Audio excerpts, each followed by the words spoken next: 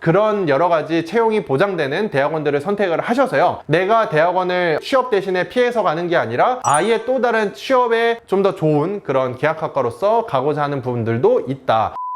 유튜브로 가능하다 스카이대학원. 안녕하세요, 스카이대학원의 스카이 강쌤입니다. 오늘 이 시간에는요, 내가 대학원에 갈까 말까 고민하시는 이과분들을 위해서 결정하실 때 도움이 되셨으면 하는 영상입니다. 이과분들의 경우에는요, 취업에 대해서요, 물론 잘 되시는 분들도 있지만요, 저도 서울대학교 다닐 때 보면 모든 공대분들이 우리가 원하는 대기업에 다 취업이 잘 되는 건 아닙니다. 특히요, 대학원에 갔을 때 더 취업이 잘 될 수도 있고, 분야 자체가 계속 사람을 많이 뽑는 분야들도 있고, 충분히 박사까지 가지 않다 하더라도 석사로서도 연구원이 취업이 잘 될 수 있는 분야들도 있죠. 그래서 첫 번째는요, 내가 대학원을 가고자 할 때 어떤 전공으로 갈지, 내 전공이 무엇인지에 대해서도 고민을 하셨으면 좋겠습니다. 예를 들면요, 인공지능이나 데이터 분석 이런 쪽으로 이과분들이 대학원을 간다고 하시면요, 저는 무조건 취업에 도움이 된다고 생각합니다. 물론요, 소프트웨어 엔지니어나 일반 개발자로서 취업을 하신다고 하면요, 대학원이 무조건적으로 도움이 된다라고 저는 생각을 하진 않습니다. 하지만요, 데이터 엔지니어나 머신러닝 엔지니어 같은 경우에는요, 대학원에 가지 않아도 취업이 되실 수는 있지만 삼성전자라든지 아마존이라든지, 제가 최근에 취업 특강들을 하면서도요, 현직에 계신 분들의 좀 얘기를 들어보면 인공지능에 연관된 분야들은요, 논문 결과 그리고 연구 결과가 있는 것이 취업에도 도움이 되고요, 들어가셔서도 여러 가지 연구자로서 그리고 그 안에 기업 관련된 부분에서도 승진하시거나 여러 가지 업무적 성과를 보이시기에도요, 어쩔 수 없이 연구적 배경 베이스가 더 있으시기 때문에 더 용이하다라는 점에 대해서 말씀을 드릴 수가 있겠습니다. 그래서요, 요즘 핫한 머신러닝 그리고 딥러닝 그리고 인공지능 분야에 대해서 내가 일단은 가야겠다라고 생각하시면 저는 그거는 절대 마이너스가 아니라고 생각을 합니다. 그리고요, 다른 전공에 대해서도 좀 더 살펴볼게요. 재료공학과나 신소재공학과 관련돼서도 이 전공을 택하셔서 대학원에 가실 때 고민이 많이 있으실 분들도 계십니다. 근데요, 여러분들이 이미 아실 거예요. 신소재공학과나 재료공학과가요, 학부 수업에서 정말 다양한 전공 과목들을 듣거든요. 그러면요, 그 전공을 살려서 과연 대기업에서 스페셜리스트로서 일을 할 수 있냐라고 제가 여쭤보면요, 절대 아니라고 생각을 하실 거예요. 그쪽 분야 자체가 석사에서 세부적으로 전공을 선택을 해서 최소 2년의 연구 결과가 있어야 나중에 대학원을 졸업하시고 기업에 가셔서도 자신의 전문성을 살려서 일을 하실 수 있기 때문에요, 이 분야에 대해서도요, 일단 대학원을 가시는 것도 저는 무조건 도움이 좀 될 거라고 생각을 하고요. 세 번째는 생명 분야입니다. 생명공학과, 생명과학과, 요즘 여러 가지 이제 제약산업에서도 그렇고 바이러스, 면역 이런 부분들에 대해서 정말 이제 관심이 좀 많아지고 있죠. 근데 학부 수준에서 생명과학과만 이제 졸업을 하고 그런 제약회사라든지 바이오 회사에 가서 연구원으로 할 수 있는 것에 대해서는요, 아마 이 영상을 보시는 분들이 메인으로서 활동할 수 있다라고 생각은 절대 안 되실 겁니다. 즉 석사, 더 나아가 사실은 박사까지 하셔야 그런 면역 분야, 제약회사 분야에서도 메인 연구자로서 좀 활동을 하실 수 있을 거라고 생각이 들고요. 특히 요즘 더더욱 여러 가지 기업 그리고 국가적으로도 투자를 많이 하고 있는 입장에서 생명 바이오 분야는 저도 석사 그리고 박사까지 가시는 거에 있어서 충분히 취업에 있어서도 도움이 된다고 생각을 합니다.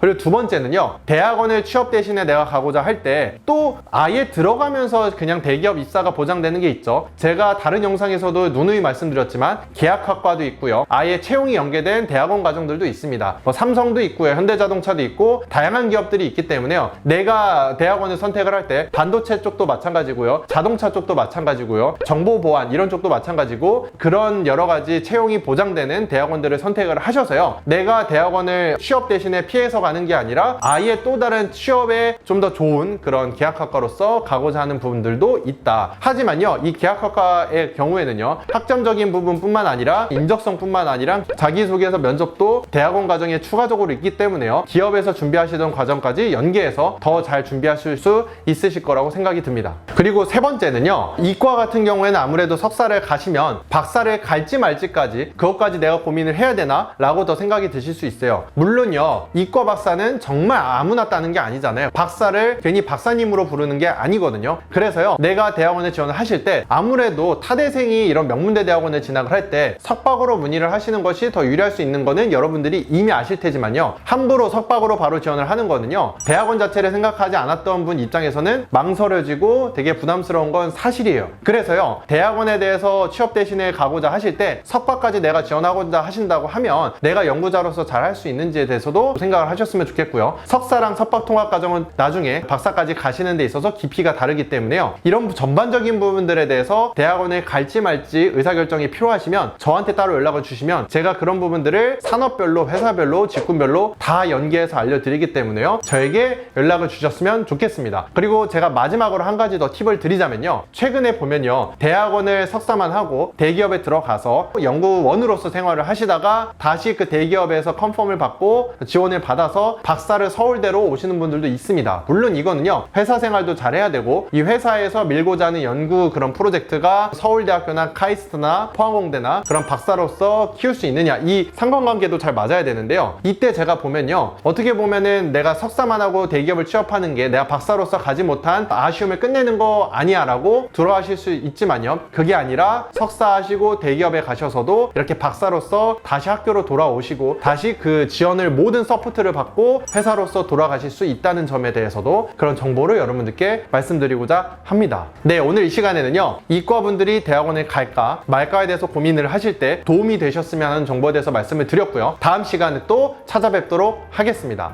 감사합니다.